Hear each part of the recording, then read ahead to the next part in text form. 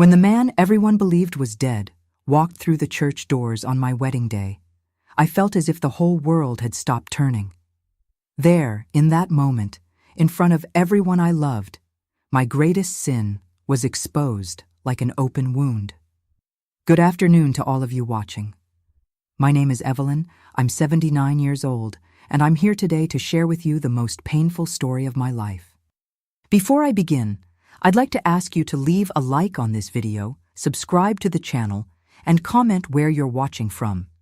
It would bring me joy to know my words are reaching so many different places. Born in 1946, I grew up in a small town in rural Kentucky where everyone knew everyone else, and secrets rarely remained hidden for long. We were a traditional community where a person's word had value and a young woman's reputation was her most precious asset. My parents, simple, God-fearing people, raised me with strict values, always teaching me about the importance of honesty and fidelity. At 15, I met Robert during a church social. He was 17, the pharmacist's son, and from the first moment our eyes met, I knew there was something special. Robert wasn't like other boys. While most dreamed of taking over the family business or working at the factory, he had bigger dreams. He wanted to study, become a teacher, change lives through education. We started dating with our parents' permission.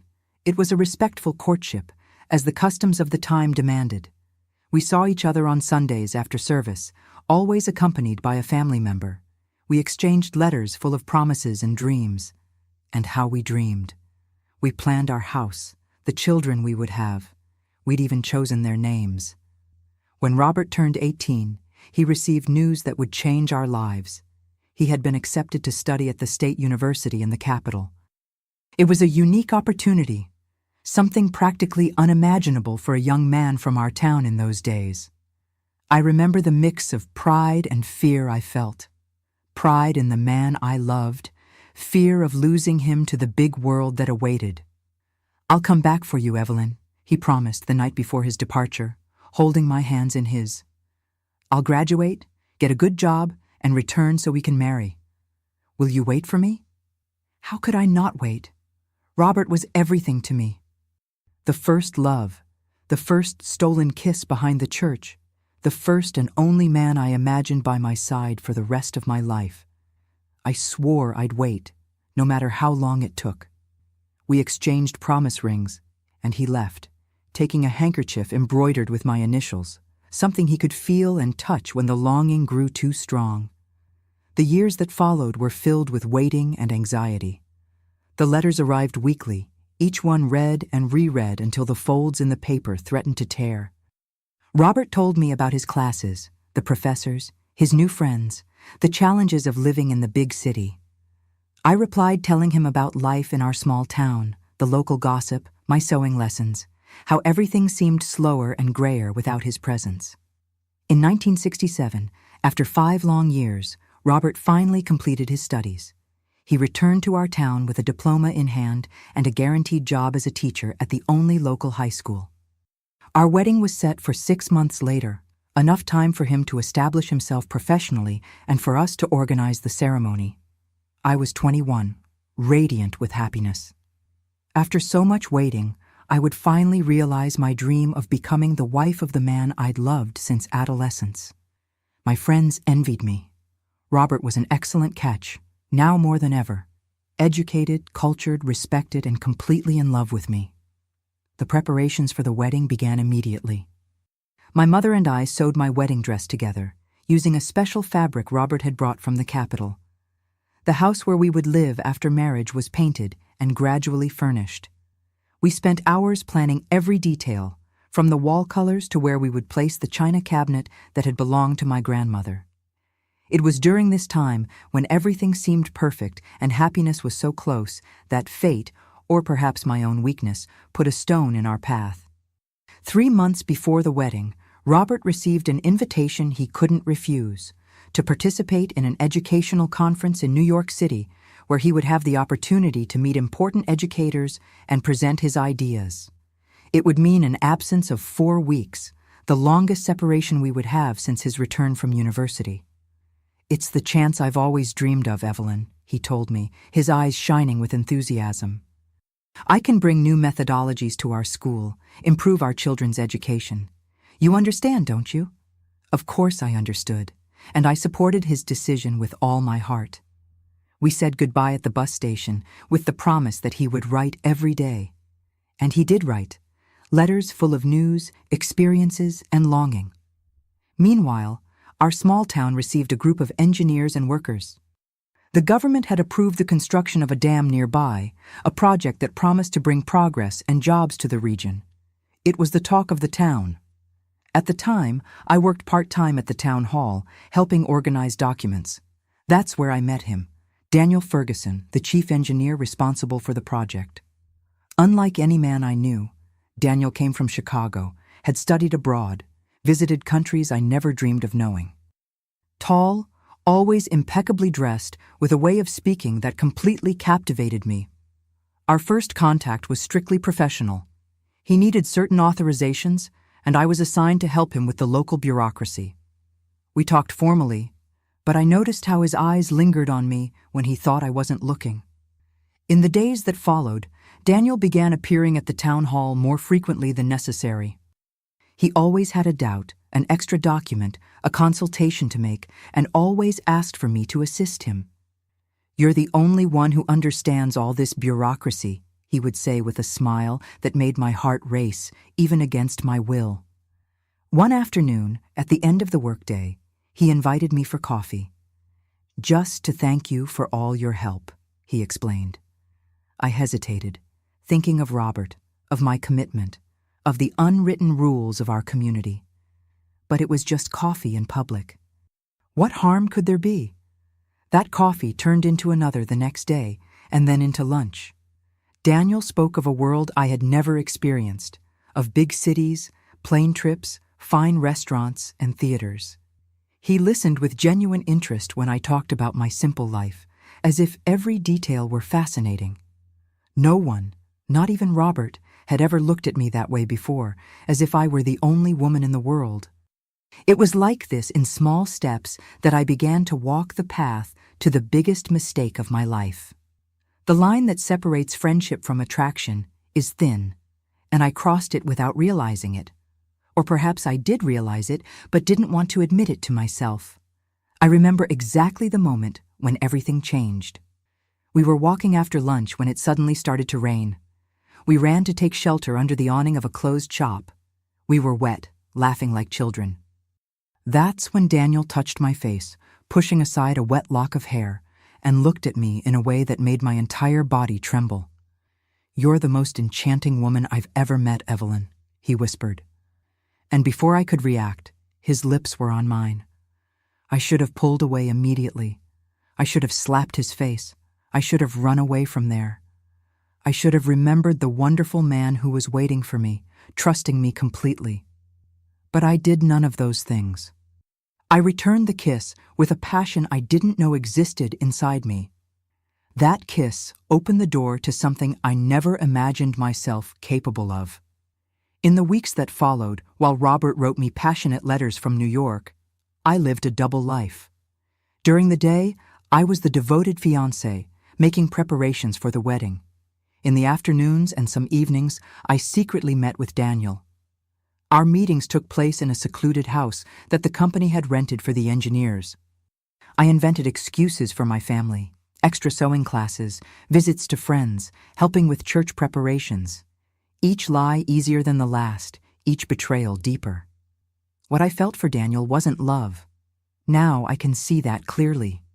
It was fascination. It was the taste of the forbidden. It was the excitement of a life completely different from mine. He represented everything I would never have, everything I would never be. Robert was my safe harbor, my life companion. Daniel was the storm that dragged me into the unknown. "Come with me to Chicago when the project is finished," Daniel proposed one afternoon as we lay in his bed. "There you can be who you really are, free from these antiquated customs, this provincial life." I remained silent, frightened by the proposal.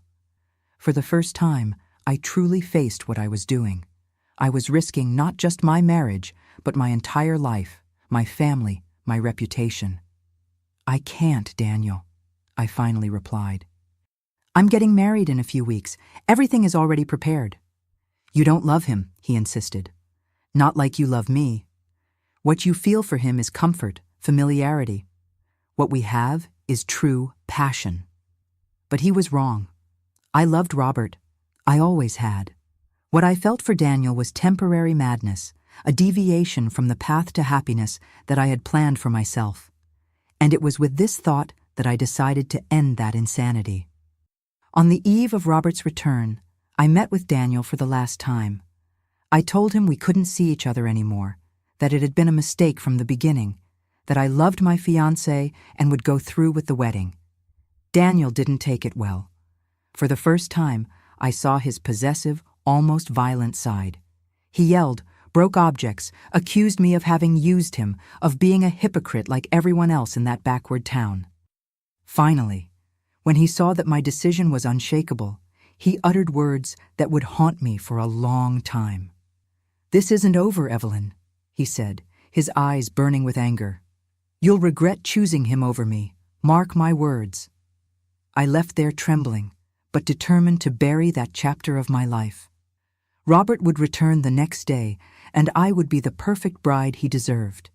He would never know of my betrayal, never suffer for something that was already over. I convinced myself it was the right decision, that telling the truth would only cause unnecessary pain. When Robert returned, radiant with experiences from the conference, I threw myself into his arms with remorse and relief. He brought me a small gift, a delicate pearl brooch that his host in New York had helped him choose. "For you to wear at our wedding," he said, kissing me with such tenderness that I felt tears in my eyes. The following weeks were a whirlwind of activities. Robert was busy implementing new methods in his classes, enthusiastic about the ideas brought from the conference. I immersed myself in the final wedding preparations, as if dedication could erase my guilt. Occasionally, I would cross paths with Daniel in town. He would look at me with a mixture of desire and resentment, but never approached. I prayed for the dam construction to finish soon, and for him to leave before the wedding. God, however, had other plans for us. 2 weeks before the wedding, when the invitations had already been distributed and my dress was ready for the final fitting, tragedy struck. I was at the town hall organizing the final documents needed for our marriage when I heard the commotion in the hallways. People were running, phones ringing nonstop, raised voices discussing all at once. "There's been an accident at the dam," someone shouted. "A landslide." My heart immediately raced. The first person I thought of, to my eternal shame, wasn't Robert, but Daniel. I left my office and found the mayor, pale, speaking with the head of the town's small rescue team. "How many victims?" I asked, trying to keep my voice steady. The mayor looked at me with heavy eyes. "We don't know yet. 3 or 4 workers are missing, and one of the engineers too." "Which one?" I insisted, holding the edge of the desk to keep myself standing. "The boss, that one from Chicago, Daniel Ferguson." I felt the floor disappear beneath my feet. I excused myself and ran to the bathroom, where I vomited everything I had eaten for lunch.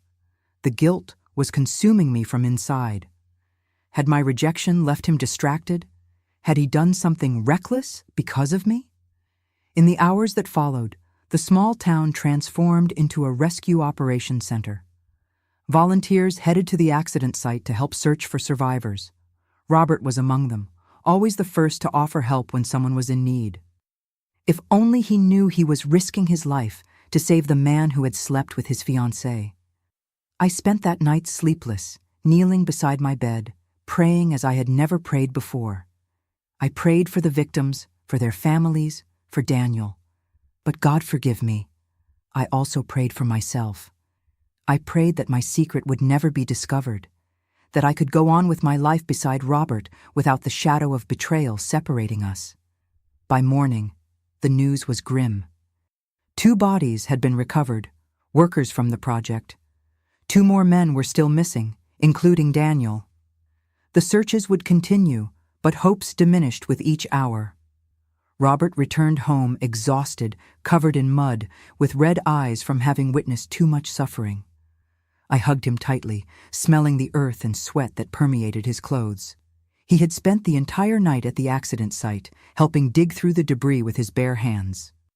"It's horrible there, Evelyn," he told me as I prepared a hot bath for him. "An entire section of the hillside came down. We found 2 poor fellows, but the others—" His voice failed. "The chances are practically 0. In the days that followed, our small town experienced a collective mourning. The families of the dead workers received support from the community. One of them lived right there. The other came from far away to retrieve their loved one's body. The searches continued, but with decreasing intensity. On the 5th day after the accident, the mayor convened a meeting with the authorities and officially announced that the searches would be ended.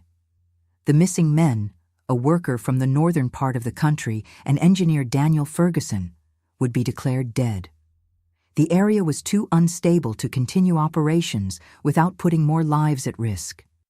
A ceremony in memory of the victims was held in the church, the same one where I would be married in a few days. The priest spoke about the fragility of life, about how we should always be prepared for the divine call. Sitting in the church pew beside Robert, I felt the weight of those words as never before. Life really was fragile, and I had played with mine like a fool. Daniel was dead. The man who had made me betray the love of my life, who had threatened me, who knew my darkest secret, no longer existed. No one would ever know what we had done. The stolen afternoons, the lies, the desperate kisses. It was as if God himself had intervened to preserve my future, my marriage, my reputation. I felt a horrible mixture of relief and guilt. Relief that my secret was safe. Guilt for feeling relief at a man's death. I never hated myself as much as during those days. But life went on. The wedding was scheduled, the preparations nearly complete. Robert, always sensitive, suggested postponing the ceremony out of respect for the mourning families. "Maybe it's not appropriate to celebrate amid so much sadness," he pondered. I was horrified by the idea. Postponing meant more time for something to go wrong, for my secret to be discovered, for Daniel's ghost to continue haunting me. "We can't," I argued. "Everything is ready. The out-of-town guests have already organized their trips. Life needs to move forward." Robert, always understanding, agreed after some hesitation. The wedding would happen as planned, although with a slightly more somber tone out of respect for recent events. In the days leading up to the ceremony, I buried myself in final details, working to exhaustion to keep my mind occupied. At night, however, I couldn't escape the nightmares. I dreamed of Daniel covered in mud, crawling out from the debris, pointing at me in accusation. I would wake up sweating, heart racing, and look to the side, relieved to see Robert sleeping peacefully at his parents' house with no idea of the demons that tormented me. On the eve of the wedding, following tradition, I spent the night at my parents' house. My mother and my aunts helped prepare everything: the perfectly pressed dress, the adjusted veil, the flower crown I would wear, the white shoes that had cost almost a month of my father's salary. "Are you nervous, daughter?" my mother asked as she brushed my hair before I went to bed. "It's normal. Every bride is." If she only knew that my nervousness had nothing to do with the common anxiety of a bride. I feared that somehow my betrayal would be stamped on my face, visible to everyone on the most important day of my life. "A little, Mom," I answered, forcing a smile. "But I'm happy. Robert is a wonderful man." She kissed my forehead. "You're lucky, Evelyn. Men like him are rare. I know you'll be very happy." Her words were like stabs in my chest. Yes, Robert was rare, and I had almost thrown everything away for a whim, for an adventure with no future. The shame burned inside me. That night I prayed again. I asked forgiveness for my sins. I swore I would be the best wife Robert could wish for, that I would compensate for my betrayal with a lifetime of devotion and loyalty. I fell asleep exhausted, but at peace with my decision. The past was buried along with Daniel. The future would be built on new foundations. The wedding day dawned sunny, as if the heavens blessed our union. From early on, the house filled with relatives, friends, neighbors, all wanting to help with the final preparations. My mother coordinated everything efficiently while I let myself be carried by the traditional rituals. The bath with rose petals to attract happiness in marriage, the glass of sweet wine to calm the nerves. Something old, my grandmother's necklace, something new, the dress sewn by my mother and me, something borrowed, my godmother's pearl earrings, something blue, a small ribbon sewn into the hem of the dress. As they did my makeup and hair, I tried to focus only on the present moment, on the man waiting for me at the altar, on the future we would build together. Daniel was dead. My secret was safe. It was time to turn the page definitively. At noon, when the car decorated with flowers arrived to take me to the church, I felt a strange calm envelop me. I had made my decision. I had committed a terrible mistake, but now I would do everything right. I would be the wife Robert deserved. I would be worthy of the love he dedicated to me. The small church of Our Lady of Grace, where I had been baptized and had attended Mass every Sunday of my life, was beautifully decorated with white lilies and satin ribbons. The dark wooden pews accommodated practically the entire town. No one wanted to miss the wedding of the young teacher to Mr. Matthew's daughter, an event that promised to be the most elegant of the year. When the car stopped in front of the church, my father helped me out, careful that the dress didn't drag on the ground. His eyes were teary, something rare for such a reserved man. "I'm proud of you, my daughter," he said, adjusting the veil over my face. "Robert is a good man. He'll take good care of you." I nodded, unable to speak without tears coming. My father offered his arm, and we entered the small atrium of the church, waiting for the signal of the wedding march. When the music began, I felt my heart race. The doors opened, revealing the central aisle decorated with flowers. At the altar, Robert waited for me, elegant in his dark suit, his face illuminated by a smile that seemed to contain all the promises in the world. Beside him were his parents, his younger brother as best man, and the professor who had been his mentor. On the other side of the altar, my mother already occupied her place, along with my baptism godmother and my closest cousin. I began to walk slowly, as we had rehearsed, one step at a time to the rhythm of the music, letting everyone admire the dress that had cost so many hours of work.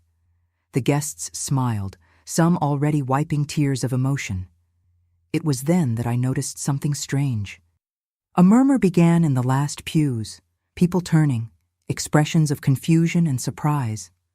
Perhaps someone feeling ill, I thought, or a late guest making more noise than they should. I continued walking, focused on Robert, on his smile that now seemed to falter slightly. He was looking over my shoulder at something or someone behind me, and his expression changed from confusion to concern. The murmuring increased, transforming into audible whispers. The music continued, but now competing with the growing noise from the guests. Something was wrong, very wrong. I stopped halfway to the altar, unsure what to do. That's when I felt my father stiffen beside me, his arm becoming tense under my fingers. I turned to him seeking guidance and saw that he too was looking back toward the church entrance, his face as pale as paper. Slowly, against all my self-preservation instinct, I turned to see what had captured everyone's attention. And there he was, standing at the entrance of the church, leaning on an improvised cane, his face marked by recent scars and his clothes disheveled, as if he had traveled for days without rest. Daniel. Daniel, who should be dead. Daniel buried under tons of earth. Daniel, my darkest secret, materialized on my wedding day like a vengeful ghost. Our eyes met across the church. In his, I saw determination and an almost feverish glint. I felt the blood leave my face, my knees weaken. The bouquet slipped from my hands, falling silently onto the red carpet that covered the central aisle. The entire church seemed frozen in a moment, suspended in time. The music stopped abruptly, leaving only the sound of held breaths and confused whispers. And then, with a clear voice that echoed through the stone walls of the old church, Daniel broke the silence. "I object to this marriage." Time seemed to freeze in that moment. My lungs refused to function, as if all the air had been sucked from the church. I felt my father's hand tighten on my arm, perhaps to prevent me from falling, perhaps to prevent me from fleeing. The priest, an elderly man who had baptized most of those present, looked from Daniel to me, then to Robert, completely lost before this unprecedented interruption. In his 50 years celebrating weddings, no one had ever actually objected when he asked the ritual question. "My son," the priest finally managed to say, "you cannot simply—" But Daniel was already advancing down the aisle, visibly limping, leaning on the improvised cane with each step.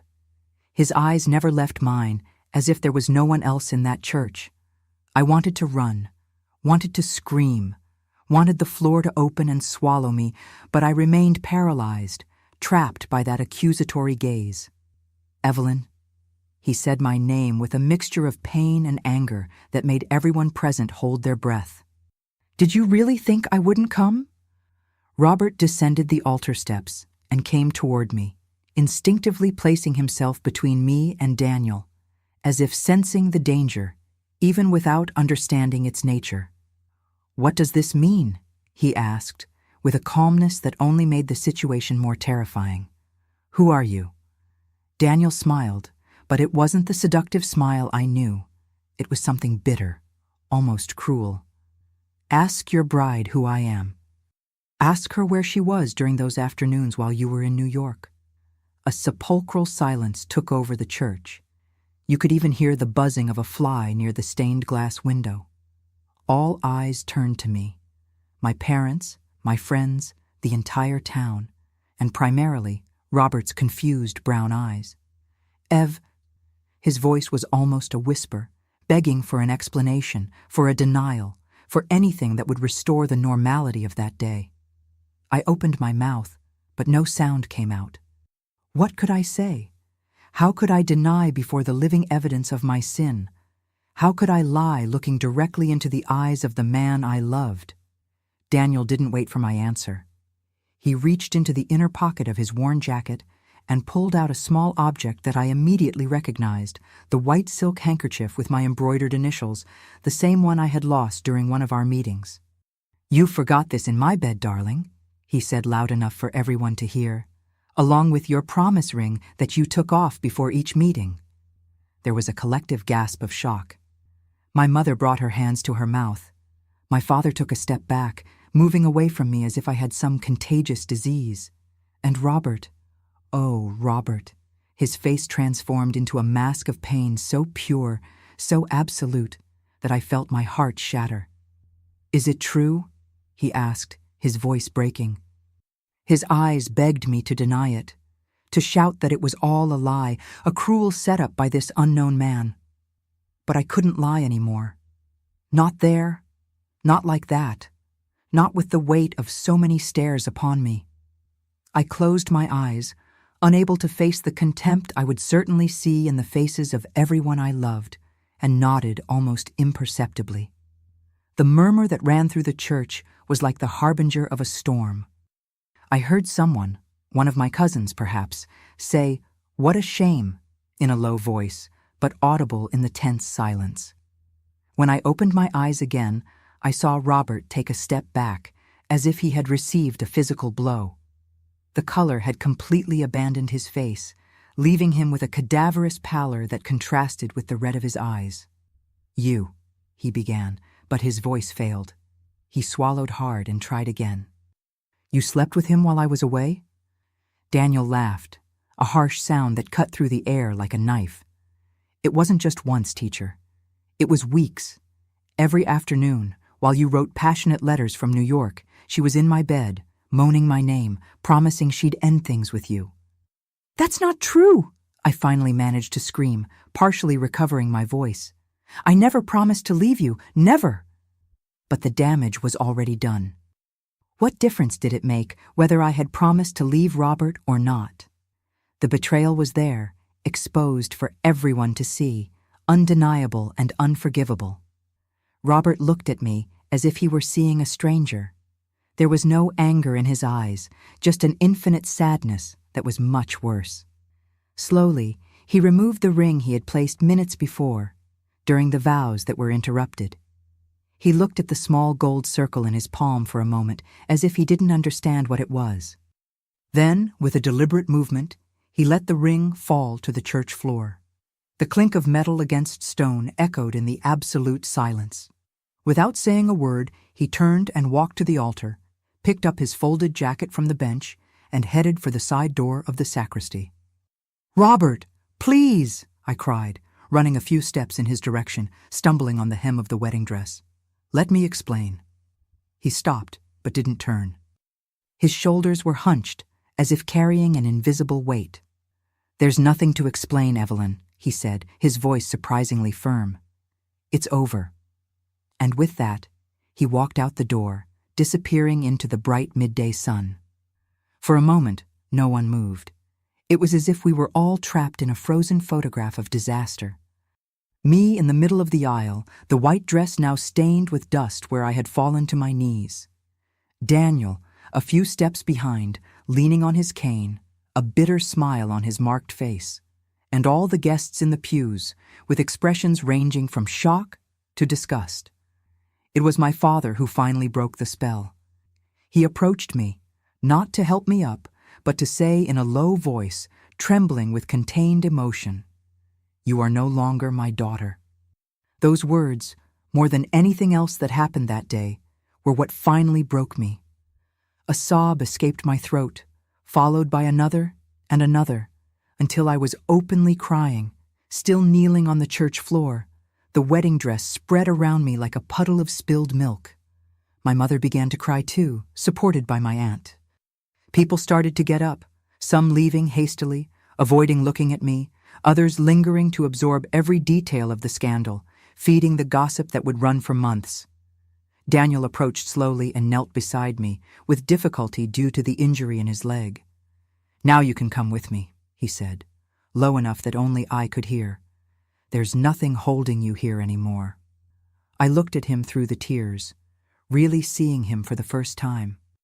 He wasn't the elegant, sophisticated man who had seduced me. He was someone consumed by resentment, by obsession, someone who had gone through hell, not for love, but for possessiveness, for wounded pride. "You destroyed my life," I whispered. He shook his head, his eyes hard as stones. "No, Evelyn. You destroyed your own life when you chose to lie to everyone. I just brought the truth to light." I stood up with difficulty, refusing his outstretched hand. "Go away," I said, each word loaded with a hatred I had never felt before. "I never want to see your face again." For a moment, I thought he might insist, perhaps even force me to go with him. But something in my expression must have convinced him of the futility. With a final look of contempt, he turned and limped out of the church, leaving behind the chaos he had created. I was left alone in the aisle. The guests now leaving in groups, murmuring among themselves, some casting glances of pity, others of judgment. The priest had retreated to the sacristy, probably to pray for my sinful soul. My parents had gone without looking back. I sat heavily on the first pew, unable to process everything that had happened in so few minutes. My wedding, my family, my reputation, my future, everything had collapsed like a house of cards at the first gust of wind. I don't know how long I sat there alone in the nearly empty church. The sun began to set, casting red rays through the stained glass, staining the floor with colors that once would have seemed beautiful. Now they only reminded me of blood. Finally, when the shadows had already lengthened and the cold began to seep through the old stone walls, I felt a hand on my shoulder. It was Mrs. Augusta, the old church cleaner, a woman who had seen so many weddings, baptisms, and funerals that nothing surprised her anymore. "Come, girl," she said gently. "You can't stay here all night." "Where will I go?" I asked, my voice hoarse from crying so much. "I can't go back home. My father said I'm no longer his daughter." "He spoke with anger in his heart," Mrs. Augusta replied, helping me to stand. Give it time. Meanwhile, you can stay with me. My house is small, but there's room for one more lost soul. I let her guide me out of the church into the night that had fallen over the small town. The streets were deserted, everyone probably locked in their homes, commenting on the day's scandal, delighting in others' disgrace, thanking heaven they weren't the subject of conversation. Mrs. Augusta's house was on the outskirts of town, a simple wooden structure with a tin roof and a small garden in front, where she grew herbs and flowers. There, in that modest room, lit by a kerosene lamp, I took off the ruined wedding dress, washed the tears and sweat from my face, and accepted a cup of chamomile tea that the old lady offered me. "What do I do now?" I asked, more to myself than to her.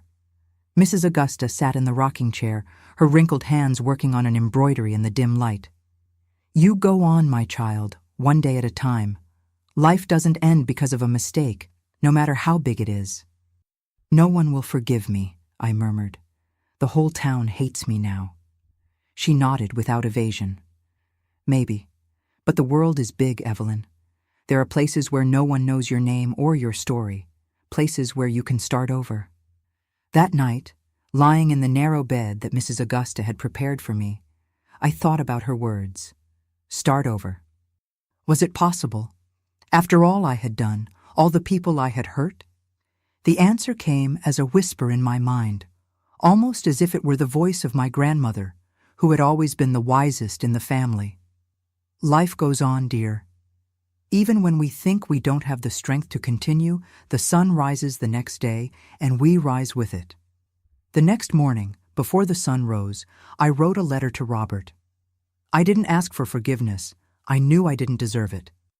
I simply expressed my deep and sincere regret and wished that he would find the happiness that I had so cruelly stolen. I left the letter with Mrs. Augusta, who promised to deliver it. With only the clothes on my back and some coins that the kind lady insisted I take, I caught the first bus passing through the main highway. I didn't know where I was going, only that I needed to be far from there, away from the accusing looks, the whispers, the doors that would close at my approach. As the bus began to move away, I looked one last time at the small town where I had been born and raised, where I had loved and betrayed, where I had lost everything. A part of me would remain forever there, buried with the broken dreams and broken promises. But another part, the part that still breathed, that still felt, that still hoped, that part looked ahead, to the road that stretched beyond the horizon, to the uncertain future that awaited me. That's how I began my journey of redemption. A journey that would last decades, full of pains and joys, of falls and fresh starts. A journey that would eventually lead me back to the beginning, but as a completely different person. The bus took me to Chicago, a city so large and impersonal that I felt like an ant in a world of giants. I, who had never left rural Kentucky, now found myself alone in one of the biggest cities in the country, with little money in my pocket and a heart shattered by guilt. In those first days, I slept in a cheap downtown boarding house, a dirty and noisy place, but the only one I could afford. The nights were long, filled with nightmares where Robert looked at me with those empty eyes, devoid of any emotion except pain. Where my father turned his back on me. Where Daniel laughed as he destroyed everything I loved. I would wake up sweating, often screaming, to the momentary relief of realizing I was alone, until reality hit me again, reminding me that those nightmares were just reflections of the truth I had created with my own hands. I needed work, and fast. The little money Mrs. Augusta had given me was running out. I walked for days through the streets of Chicago, knocking door to door, asking for any kind of job. My appearance must have caused suspicion. Simple and worn clothes, eyes swollen from crying so much, hands trembling with anxiety. Many doors closed before I could even explain why I was there. Finally, after a week of desperate searching, I found work in a small garment factory in the immigrant district. The owner, an elderly Jewish gentleman, needed someone who knew how to sew. The hours were long, the pay minimal, and the environment stuffy, full of the constant noise of sewing machines and the smell of new fabric. But for me, it was a lifeline in an ocean of despair. I rented a tiny room in a more decent boarding house, where at least I could sleep without fearing for my own safety. It was a cubicle with space only for a single bed, a small closet, and a little table. The bathroom was shared with 6 other women who, like me, had come to the big city in search of a better life or fleeing from something they had left behind. The months dragged on in a monotonous routine. I woke before dawn, had a quick coffee at the corner bakery, worked until nightfall, returned to my room, ate something simple that I had bought on the way, and slept, too exhausted to think about the past or fear the future. Gradually, I became invisible. It was what I wanted, to disappear into the anonymity of the big city, to be just another face in the crowd, without history, without past, without scandal. I avoided making friendships, fearing that somehow my secret would be discovered, that someone from my hometown would appear and recognize me as the one who betrayed her fiancé at the altar. However, loneliness has its own weight. There are moments when silence becomes deafening, when the absence of a friendly voice transforms into an oppressive presence that suffocates more than any crowd. In these moments, usually late at night, I allowed myself to think of Robert, of my parents, of everything I had lost. The tears came silently, wetting the pillow until exhaustion took me to sleep. A year passed like this, then another. The pain didn't diminish. It just transformed into something different, less acute, more constant, like a background hum that never really disappears. I learned to live with it, to carry it as if it were part of me, an invisible scar that constantly reminded me of the price of betrayal. In 1970, Mr. Goldstein, the owner of the garment factory, passed away in his sleep. The small factory was sold to a larger company, and many employees, including myself, were laid off. I found myself without a job again, with few savings and an uncertain future. It was at this moment, when everything seemed to be falling apart once more, that I met Helena. She worked at the bakery I visited every morning, always with a kind smile and a friendly word. When she noticed my downcast expression that morning, she insisted on knowing what had happened. I don't know why, perhaps the fatigue of carrying my burden alone, perhaps the genuine kindness in her eyes, I told her about losing my job. "My sister has a bridal shop downtown," she said, as if it were the most natural thing in the world to offer help to an almost stranger. "She's looking for an experienced seamstress. I'll talk to her about you." The irony didn't escape me. I, who had destroyed my own wedding, would now sew dresses for hopeful brides, creating symbols of promises that I had not been able to honor. But I couldn't afford to refuse a job opportunity. Helena's sister, Carmen, was an astute businesswoman, but with a surprisingly generous heart. After a quick test of my sewing skills, she hired me immediately. The salary was better than at the factory, and the work environment infinitely more pleasant. A well-lit atelier with soft music playing in the background, the aroma of fresh coffee, and the constant coming and going of excited brides. Each dress fitting was a small torture for me. Observing the glow in those women's eyes, the blush of expectation on their faces, the mothers crying with emotion. Everything reminded me of what I had thrown away. Sometimes, when adjusting a sleeve or a neckline, my hands would tremble so much that I needed to stop, breathe deeply, and remind myself that the past couldn't be changed, only accepted. Carmen noticed, of course. She was too observant not to perceive my reaction whenever weddings were mentioned. One night, after closing the shop, when only the 2 of us remained tidying the atelier, she offered me a glass of wine and sat beside me. "What's your story, Evelyn?" she asked directly. "And don't tell me there isn't one. I see the pain in your eyes every time a bride tries on a dress. Perhaps it was the wine. Perhaps the constant kindness of this woman who had given me a chance without asking questions. Perhaps simply the weight of carrying my secret alone for so long." The words began to flow, hesitant at first, then like a torrent that could no longer be contained. I told her everything.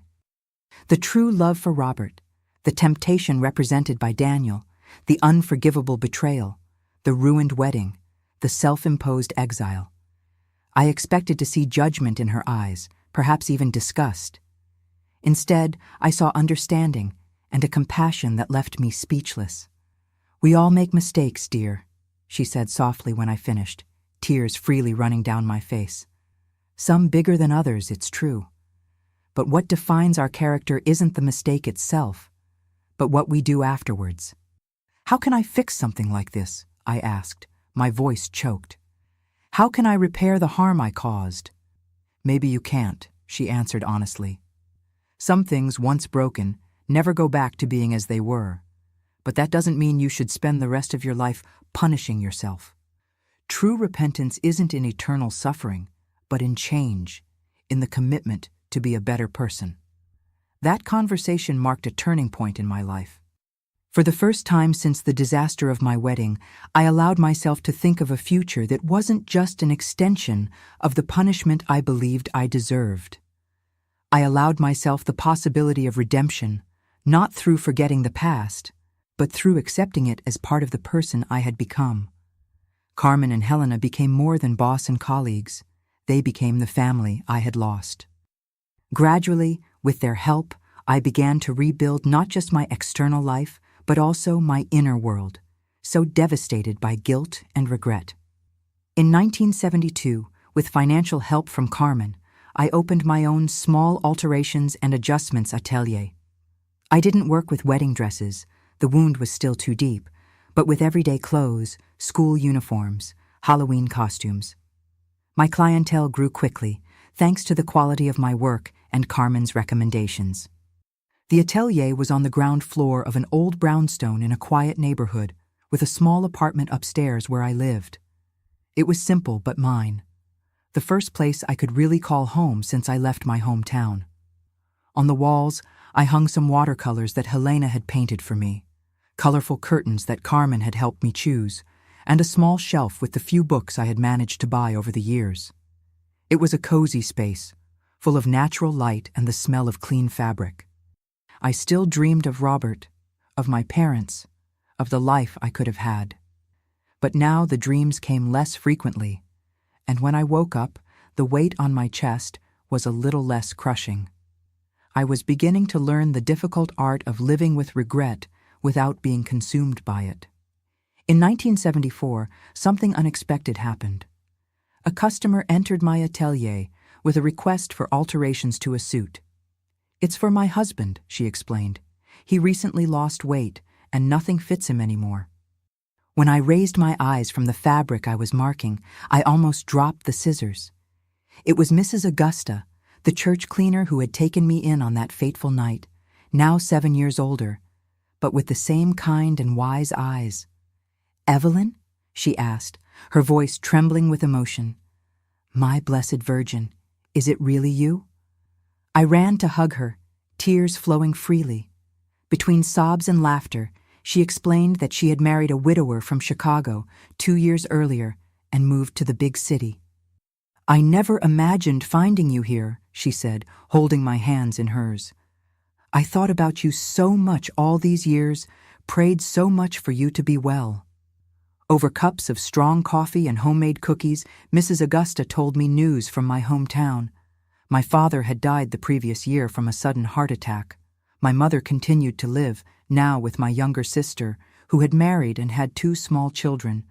And Robert, my heart almost stopped when she mentioned his name. He had left town a few months after the disaster of our wedding, accepting a position at a university in Boston. According to news that occasionally arrived, he had married a teacher, a work colleague, and had a young son. "He seems well from what they say," Mrs. Augusta added softly, observing my reaction. "He found his path, just as you found yours." A part of me felt deep relief in knowing that Robert had moved on, that he had found the happiness he deserved. Another part, small, selfish, more human, felt a twinge of pain imagining him building a life with someone else, loving her as he had once loved me.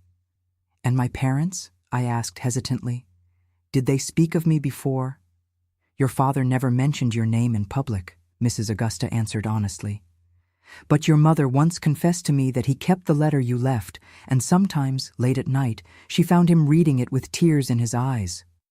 This revelation broke something inside me, a barrier I had built around the most painful memories.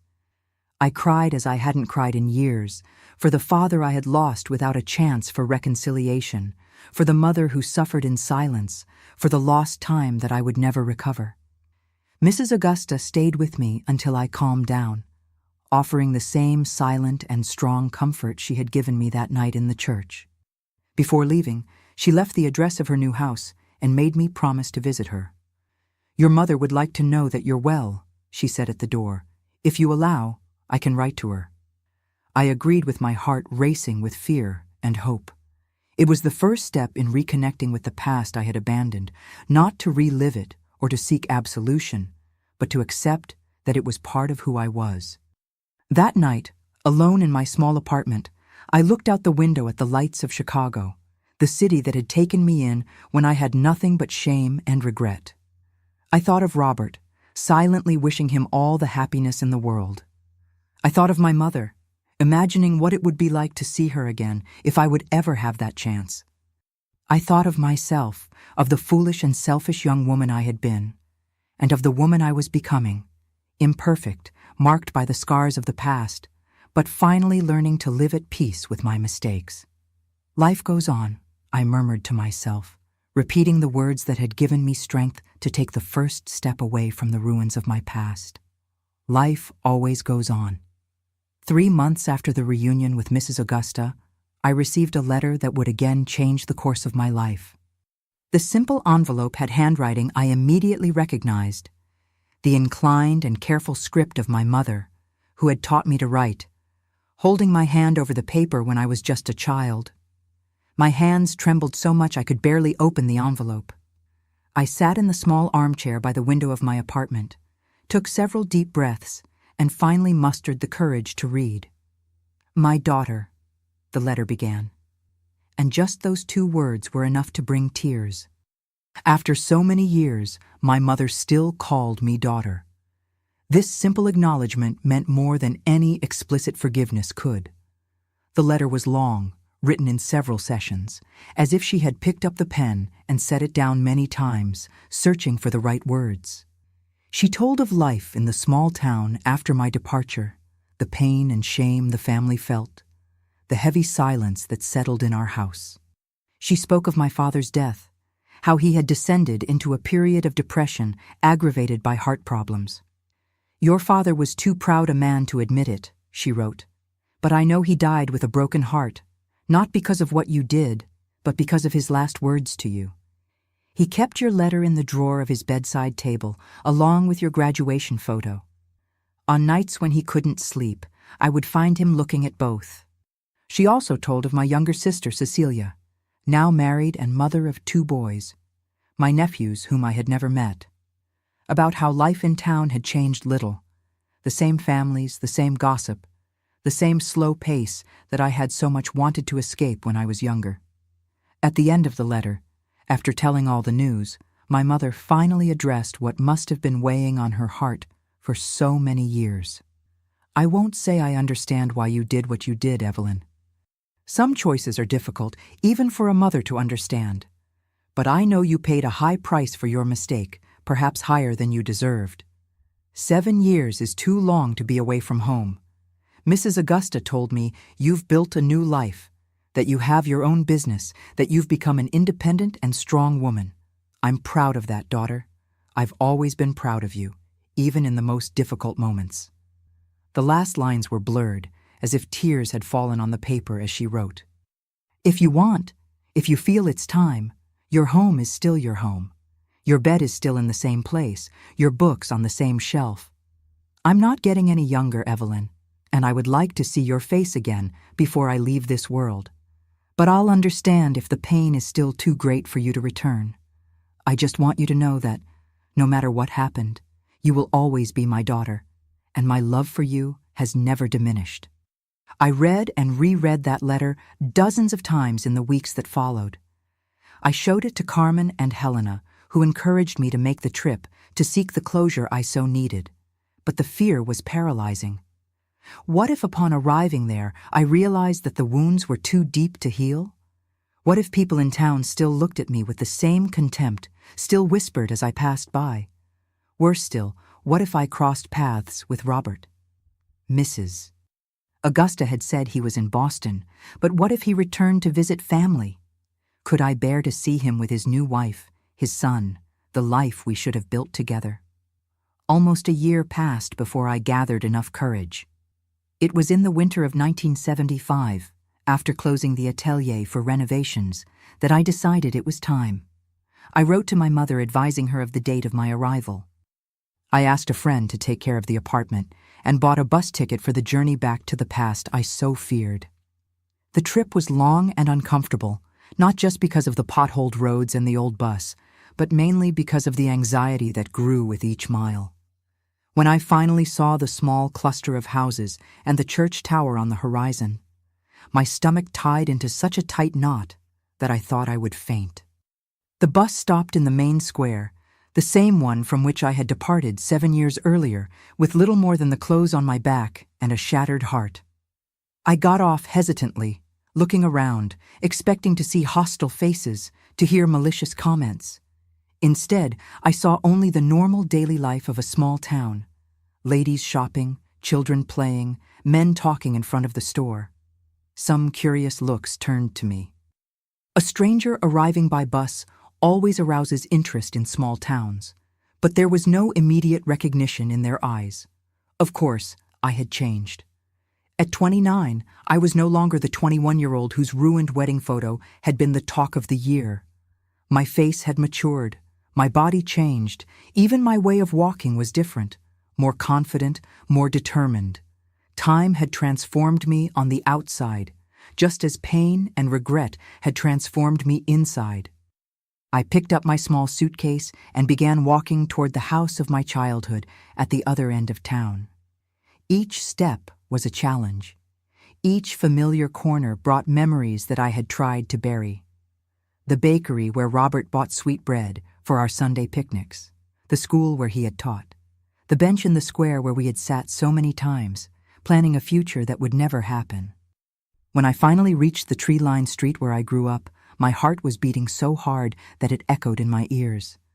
The house was exactly as I remembered. The light blue facade, the white windows, the small garden in front where my mother cultivated her roses and geraniums. I stopped before the white picket fence, unable to take the last step. What if she had changed her mind? What if the letter had just been a moment of weakness and now she regretted inviting me back? Before I could make a decision, the house door opened and there she was, my mother, older than in my memories. Her hair now completely gray, her face marked by wrinkles that weren't there when I left. But her eyes, those eyes that had always known how to read my soul, were the same. For a long moment, we just looked at each other across the distance that separated us. Not just the few yards of the garden, but the years of silence, the unspoken words, the pain shared for different reasons. It was she who moved first, descending the porch steps with an energy that defied her age. She opened the gate and, without saying a word, extended her arms to me. I dropped the suitcase and threw myself into that embrace, the first in 7 long years. We cried together, right there on the sidewalk, not caring who might see or judge.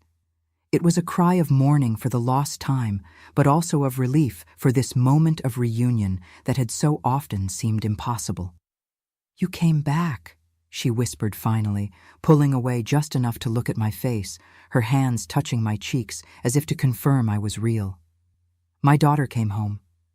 The days that followed were of reconnection, of long conversations that stretched through entire nights, of comfortable silences as we worked together in the kitchen, preparing the dishes of my childhood.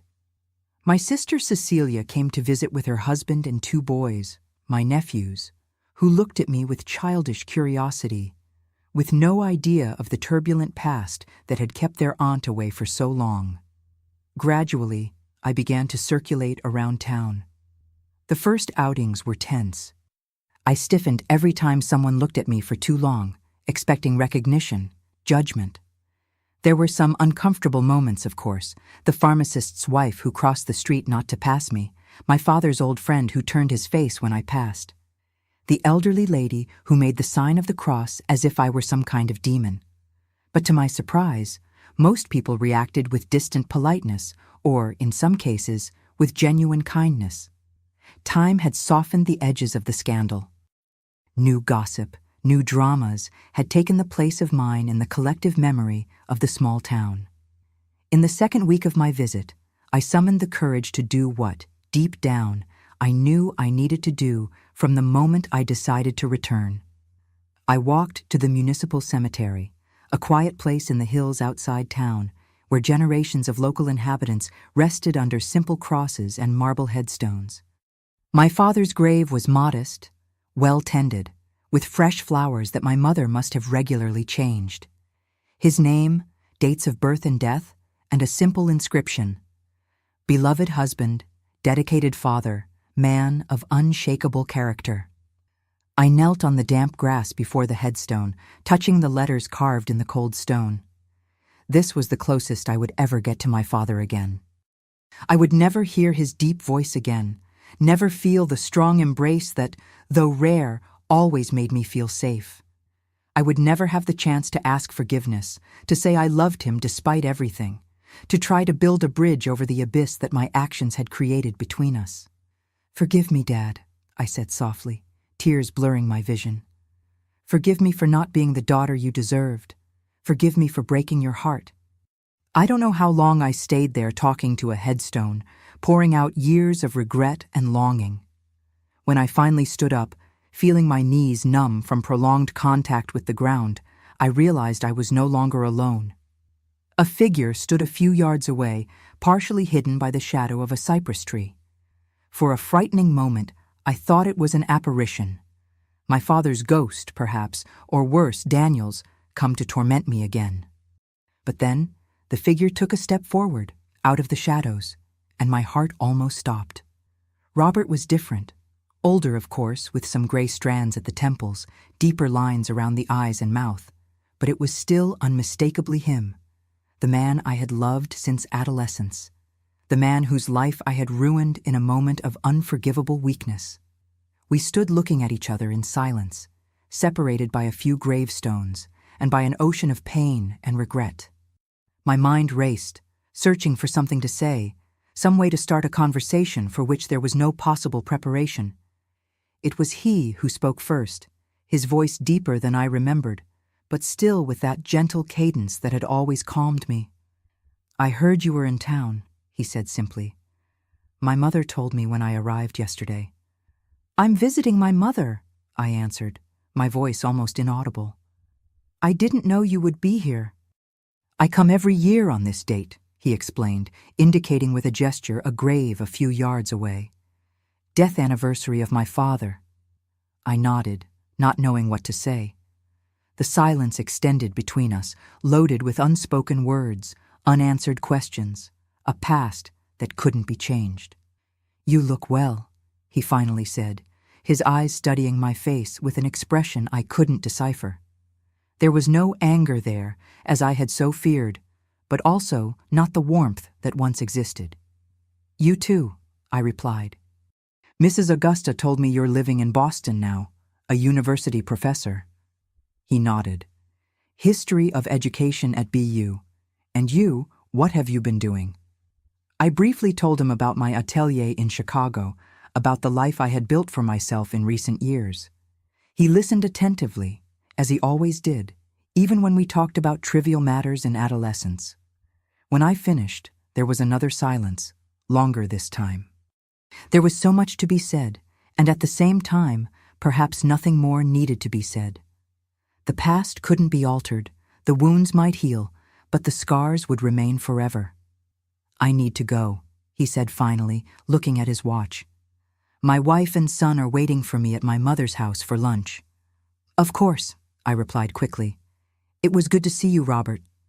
He hesitated for a moment, as if carefully choosing his next words. You know, Evelyn, for a long time I carried so much anger, he finally said, looking not at me, but at the horizon beyond the cemetery. Anger at you, at Daniel, even at myself for not having realized what was happening. That anger almost consumed me. He paused, breathing deeply before continuing. But with time, I realized I couldn't live like that. I had to learn to forgive, not for you, but for myself. I had to accept that what happened was part of my path, no matter how painful it was. He looked me in the eyes then, and I saw there not the love that once existed, nor the hatred I so feared, but something more complex, a hard-won peace, an understanding that comes only after much suffering. I hope you found your peace too, Evelyn. With those words, he turned and walked toward the cemetery gate, his figure becoming smaller in the distance, until he disappeared completely.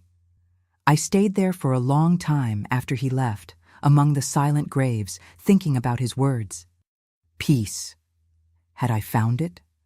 Perhaps not completely, not yet, but I was on the way. I returned to Chicago a week later, promising my mother I wouldn't stay away for so long again. In the years that followed, I visited her regularly, gradually rebuilding our relationship, creating new memories to replace the painful ones.